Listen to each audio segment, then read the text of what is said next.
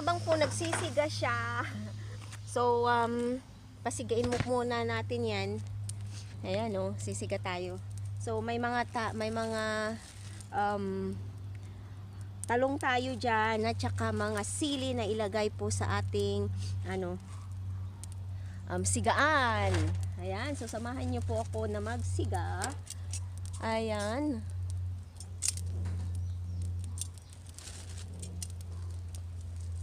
Ay, naku, alam mong nakalimutan kong gawin dito yung tusukin.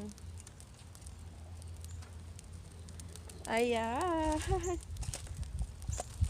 Dali lang, tusukin natin.